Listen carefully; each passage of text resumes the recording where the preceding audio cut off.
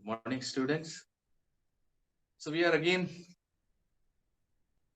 coming with the problems only. Numerical problems. I told you that numerical problems are very, very important in this topic. Actually, Newton's law of motion is the most important topic because force and everything, motion, everything is involved. Acceleration, the moment, friction, everything is involved.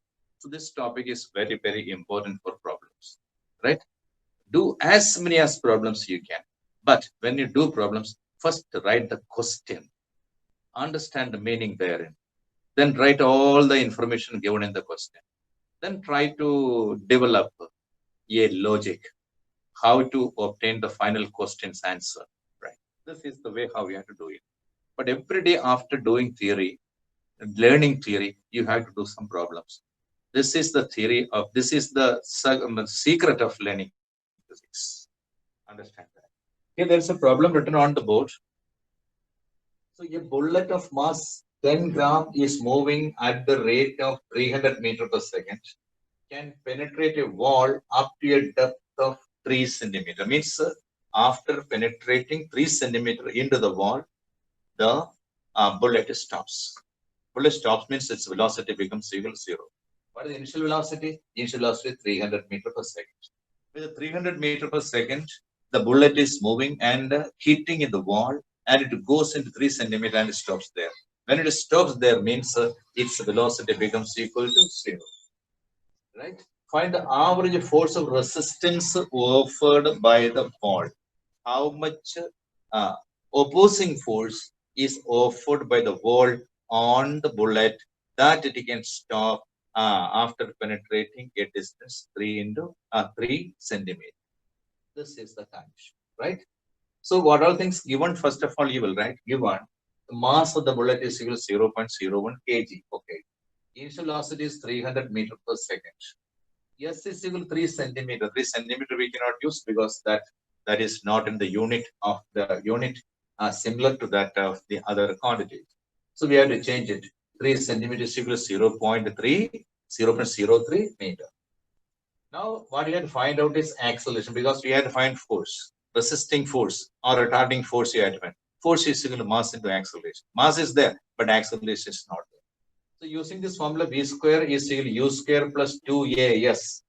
We can find s is the distance traveled. We can find the acceleration, that is 300 square plus 0.068 because 2 into 0.3 is equal to 0.06a. Yeah, 0.06 a is equal to minus 300 square. Right? A is equal to minus 300 into 300 divided by 0.6. That you will get as equal to 1.5 into 10 raised to 6 meter per second square you will be getting. Now everyone knows that force is equal to mass into acceleration. That is equal to mass of the bullet is equal to 0.01 kg into acceleration already got 1.5 into 10 raised to 6. So by multiplying it, you will get 1.5 into 10 raised to 4 Newton you are getting. So this is one question. You will note down this question also. Very simple question, right? And now I am going to explain you question number 2. Today's question number 2. Sorry. This is question number. Yesterday I suppose I have completed 3 questions. Okay. In a sequence when I write this is 4 and this is 5. Okay. Nice. This is question number 5 I am going to tell you. That is this, a ball is moving with a momentum of 5 kg meter per second, striking against a wall at an angle of 45 degree and is reflected at the same angle. Calculate the change in momentum. A ball is coming and hitting the wall. Ball is coming and hitting here and is going like this. Right? Just imagine that. So I am making space here, removing this question. I think you might have noted down all this. So many questions, we have to do it.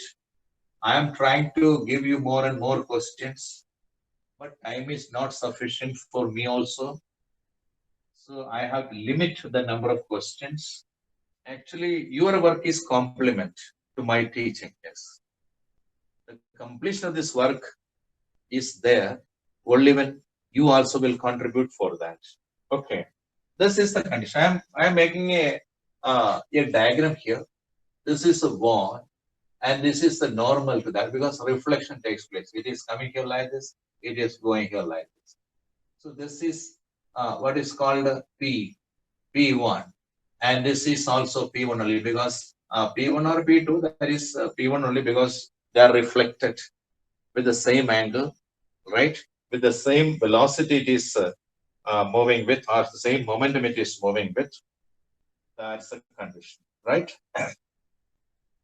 So this this is P, this also P only. What is this angle? This angle is equal to 45 degrees. Then naturally this also will be 45 because the reflection takes place, making angle same, making same angle, right? So this is the condition. So if this is P means momentum, this is making angle 45 degrees. This momentum can resolve into two components. One is because it is coming down, right, toward this direction. So one is along this direction, other is along this direction. These are the two components, right? So this one we can write as equal to, suppose P is equal P cos 45. P cos 45 can write, and this is what P sine 45 can write. Okay, this momentum is resolved into two components, right? As it is coming down, that momentum can resolve into two components, one along the horizontal, other along the vertical. So as it is coming down, this must be downwards. This is the condition. So P, the first P has been done. Here also the after reflection also the momentum will be same, but the direction is changing. But I am taking only the magnitude, momentum is same, right? Again, this also can resolve two components. One is making one is like this, as it is coming down. One part is like this, other is like this. So that is this one. This is P cos 45. P cos 45, and this is what P sine 45. So this is the condition. Now we have to find, this is along the y-axis. This is y-axis, and this is along the x-axis. Right. So we can calculate the resultant of the momentum along both y-axis and the z-axis. So momentum, change in momentum along the y-axis. Change in momentum along the y-axis.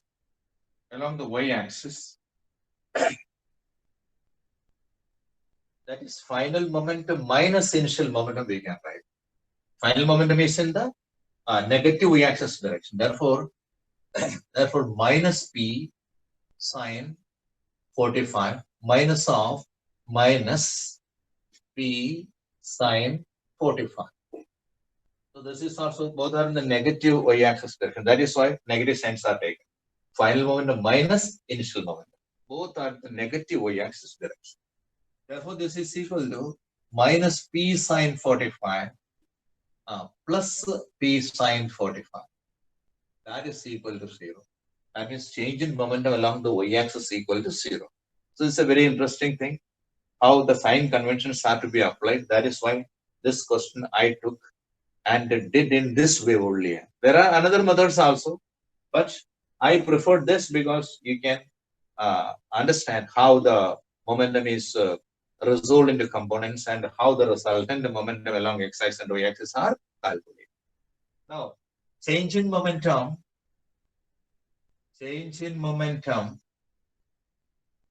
along the x-axis. Along the x-axis also, that you write final momentum minus initial momentum. So this one we can take as equal to this one is taken as positive, other one is taken as negative, right? So in this case, to find the change in momentum, first we can take a positive value, you can take first, and next a negative value you can take. Okay, no problem. Then also that will be, there won't be any difference. That is, first I will write this one, a positive one, P cos 45 minus of minus P, this is in the negative axis direction, minus P cos 45, I write it. Okay, Therefore, this is equal to P cos 45 minus is equal to plus. That is equal to 2P cos 45 you are getting. Right? The value of momentum is given 5. Right. That is equal to 2P into, that is equal to 2P into cos 45. Cos 45 is equal to what? 1 by root 2. That is, this is equal to root 2 into P you are getting. P is given in the question. What is P? That is, this is P. Therefore, this is equal to root 2 into P is equal to what? 5. This you are getting as equal to 7.071. 7.07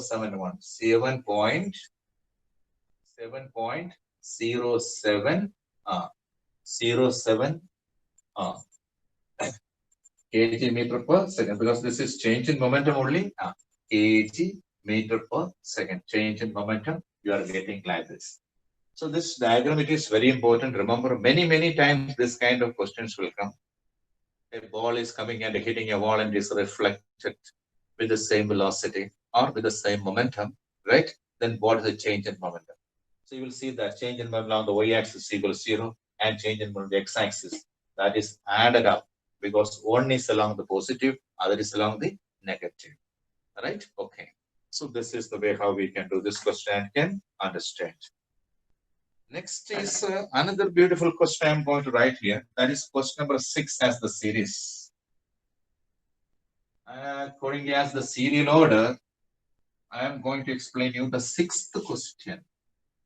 What is the 6th question that I'm going to write here? Yeah. 6th question is here. A string of a parachute. The string of a parachute. The string of a parachute can bear a maximum, question number 6, a maximum of maximum tension of maximum tension